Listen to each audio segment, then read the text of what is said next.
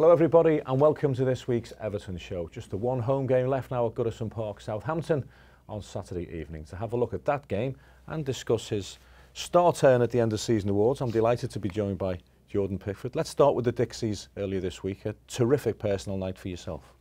Yeah, first season at Everton, and to pick up all the main awards was a great honour really, and shows the hard work I've put in over the season and the commitment I've made as well. And to win 3 awards, the young player, which I wasn't expecting to win with us being 24 now, but young player, then getting a players player, which is it's nice coming into a new squad and performing week in week out, and they've seen me perform and voted me players. So that was great, and getting the fans player of the year was a massive honour as well.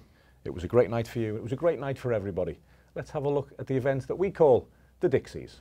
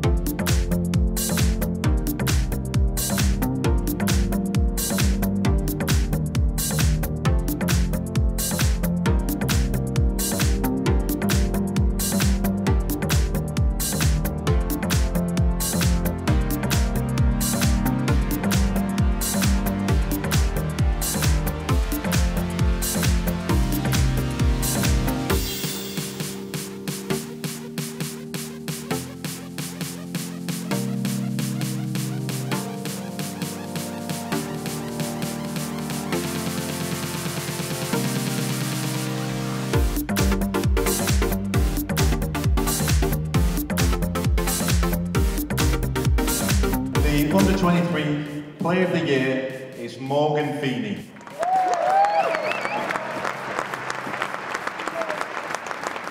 To make my debut and stuff is what I've always dreamed to do, so no, it's been an amazing year for me. Andy, will you please do the honours and announce the Everton Ladies Player of the Year for 2018? It's Ankara James. Well done.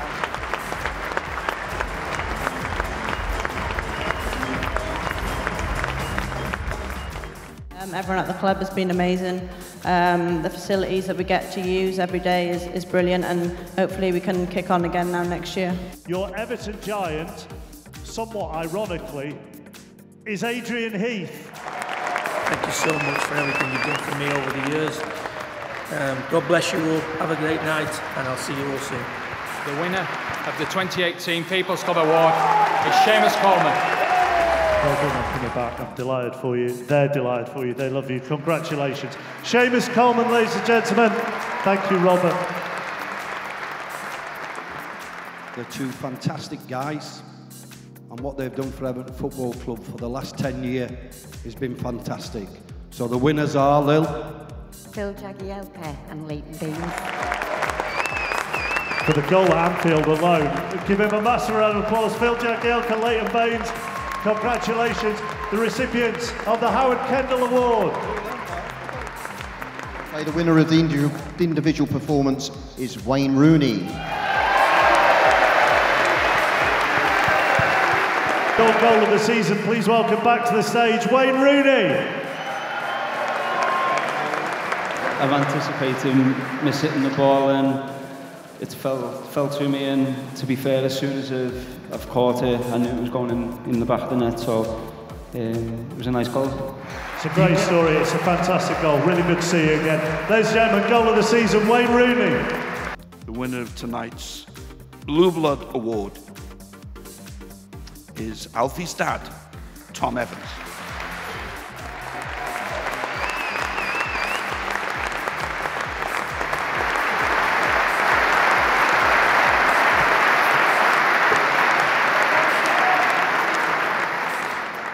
Leighton, you're going to announce the winner of the Young Player of the Season. I guess Jordan Pickford.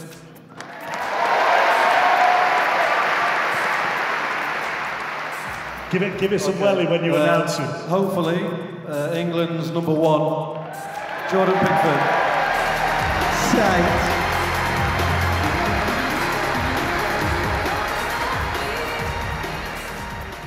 So it is between Jordan Pickford and Gylfi Sigurdsson. Sam, if you would do the honours for the 2017-18 Player of the Year. It's a clean sweep for Jordan Pickford.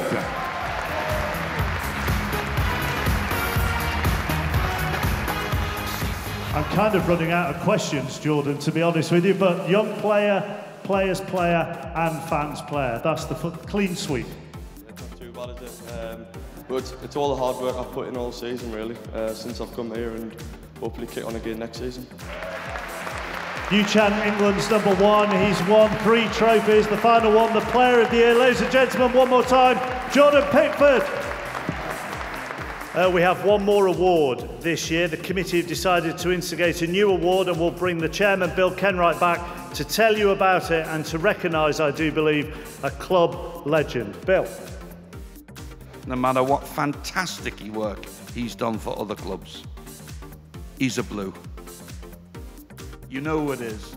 The Lifetime Achievement Award goes to the great Joe Royle. Are you all right? You look a little shocked.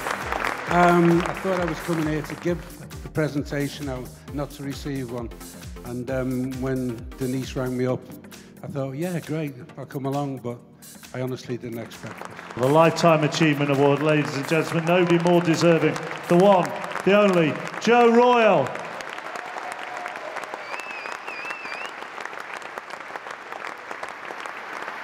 Let's have a quick chat about some of the other winners on the night. Great for Morgan Feeney, a young boy, an Evertonian, who still goes to the game when he's not playing, to be the Under-23 Player of the Year.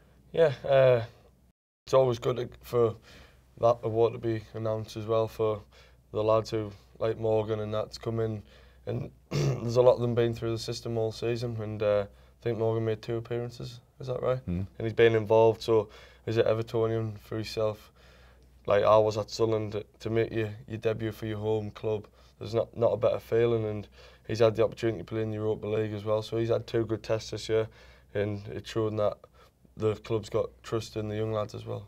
Goal of the season, Wayne Rooney, from his own half at Goodison. That was nailed on, really, wasn't it? Although Gylfi ran him close.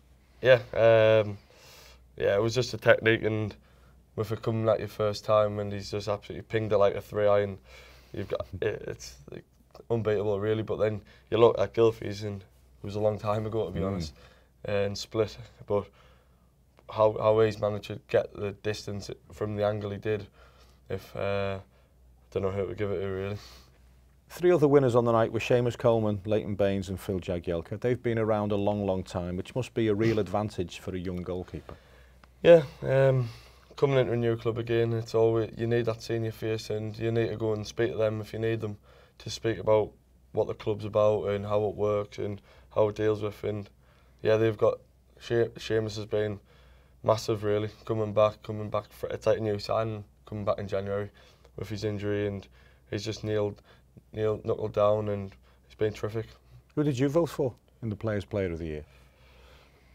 Don't know if I voted Dom Calvert-Lewin. I think he did well to start the season, but I forgot about Gylfi, to be fair, from being injured, but I would have voted Gylf.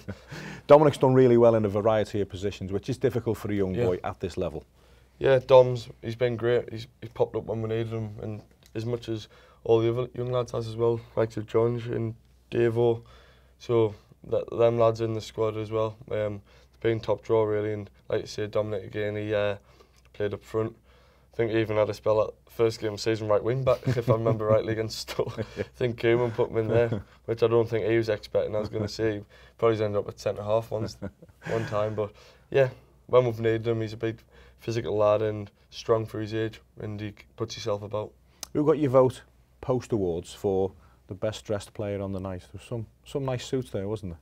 I've got to take that one, haven't I? Had a right go. You did look the part, to be fair. Yeah, I don't know. Jags will probably try and take it, but that was brutal. Tom Davis was a bit different, wasn't he? Bit rascal, but that's Tom, innit? Likes to go, doesn't he? When you arrived at Everton Football Club, Jordan, were you aware of the history of the #1 shirt, the legends like Neville Southall, and in more recent years we've had Tim Howard and Nigel Martin? Yeah, didn't really know much about Neville Southall, but I knew he was a legend of Everton, but didn't really watch the games back in the day really, and obviously knowing with my era coming in like Tim Howard, yeah, he was obviously the one I was looking at when I was growing up and watching Everton and watching Match of the Day and stuff.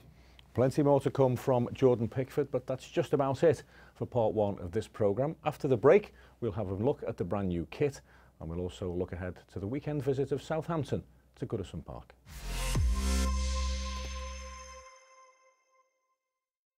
Welcome back to part two of this week's Everton show. As you can see, I'm at USM Finch Farm with our Player of the Year, Players Player of the Year and Young Player of the Year, Jordan Pickford. Have you always been a goalkeeper? Yeah, since I was 5 and 6, my brother was playing.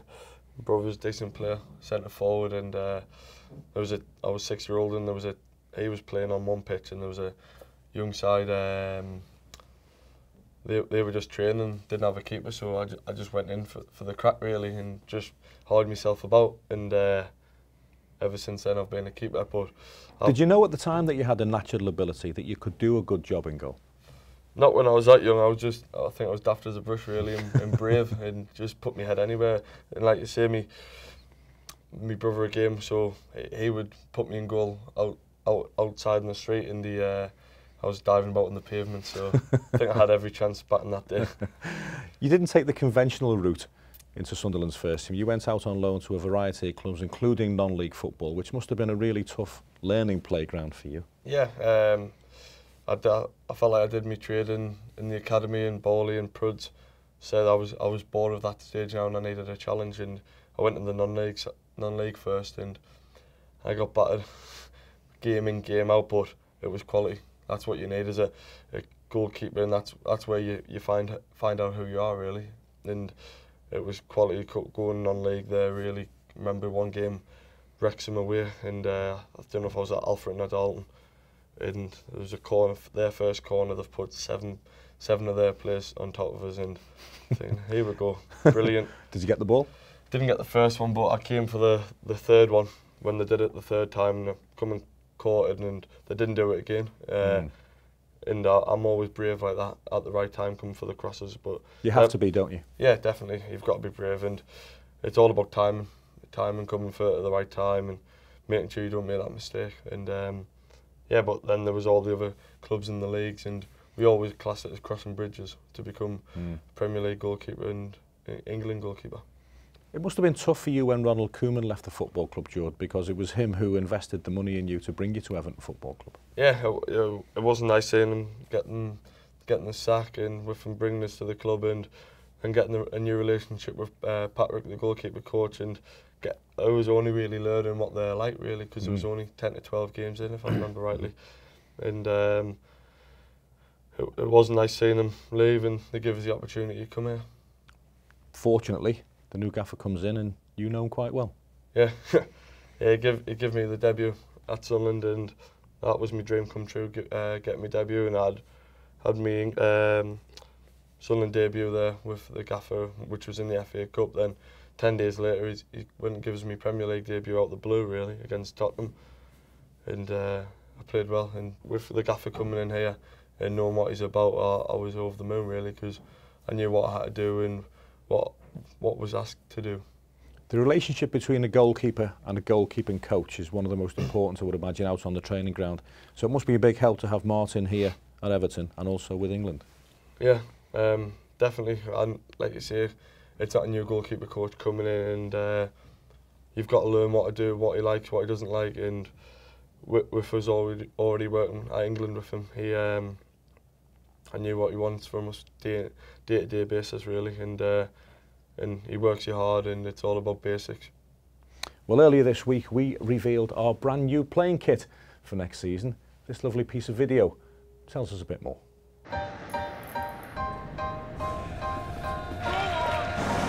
Telling you now, we won't stop. Go on. We'll never stand still. Yeah, we know our history, but right now we're creating our future. Go on, lads. First to 100 top flight seasons, first to the ball. Moving forward, advancing, improving, restless, just like our city.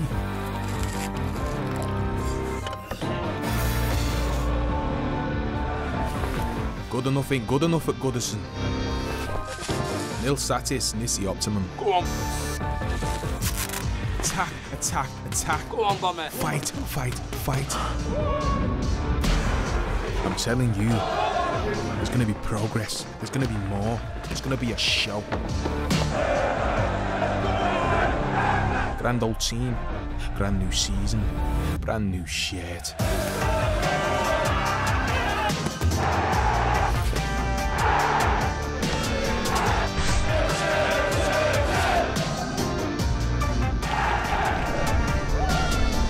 Everton, go on.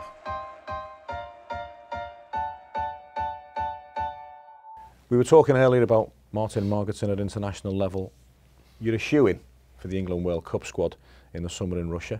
Be nice to be number one though, wouldn't it? Yeah, it'd be great.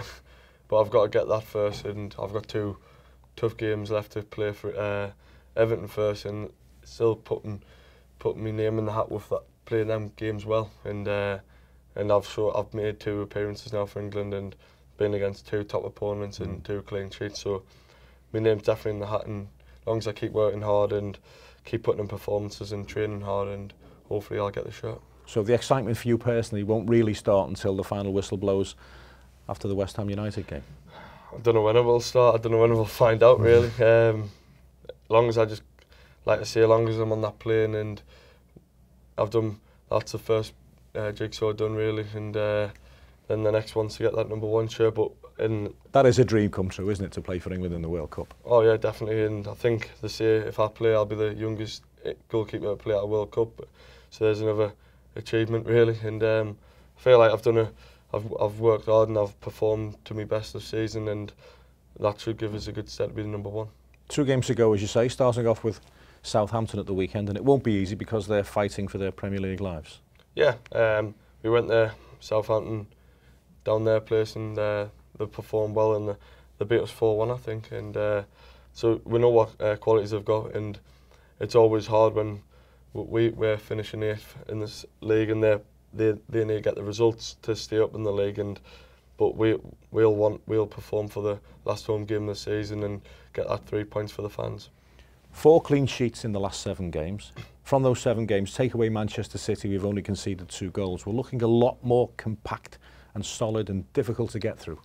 Yeah, if you've looked over the last 7 games, I think we've had relatively same starting 11, 1 or 2 changes, so we're starting to get the solid base of the squad now and of the team, and everyone's working hard and we're performing, and that's why the gaffer's not been able to change the side, because we're putting in performances week in, week out, if we're keeping clean sheets or if we're getting results. And that's, as a group, as a lads, that's what you want, and to do for the fans is to be picking up 3 points. Cenk Tosun's doing well at the top end as well.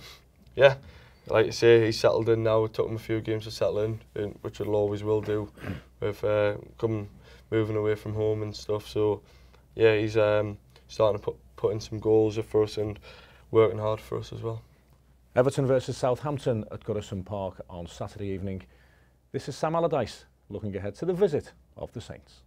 Well, there's an end of the season walk round for players to pick up their families and go out and show their appreciation for the fan support this year, and that can be muted or dumbed down a little bit if you don't get the result that everybody's looking for.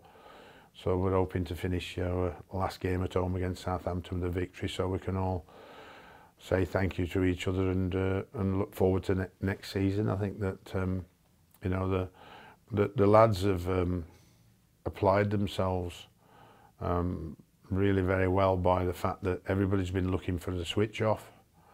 You know, we're safe. It's been a long, hard, enduring season for those players, and there's been a lot of downs and probably more downs than up, but we've been looking on the up for many weeks now, and the mood of the squad and the atmosphere in the day-to-day dressing room is much better. The feel-good factor's moving back in the right directions because we're winning football matches on a regular basis.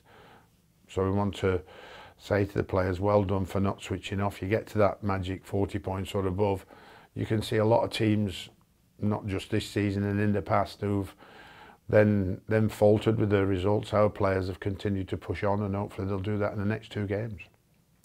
Big sporting day on Saturday. Everton versus Southampton is obviously the main event, but I know later on in the evening you'll have one eye on Tony Bellew, who's fighting David Hay again. Yeah, unfortunately BT changed the game to 5:30, or I think a few of the lads would have went down and supported him.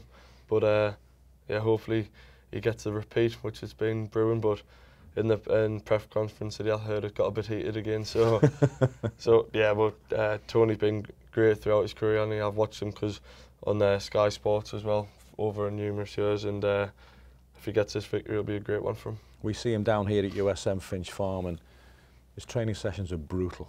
Yeah, I haven't seen any of his training sessions yet, and don't think I'll want to do any of them. You're a boxing fan though, aren't you? Yeah, I will. If there's boxing on every week, I'll watch it every week, and I'm always into me boxing. A few of my pals box as well. It's been a pleasure to be in the company of Jordan Pickford here at USM Finch Farm. That's just about it for this week's programme. Thank you very much indeed for watching. Do join us again in 7 days' time for another Everton show. You've been watching the Everton show on YouTube. Thank you very much indeed for joining us. I hope you've enjoyed it. I'm sure you have. Don't forget to subscribe, and that way you can catch every single future episode.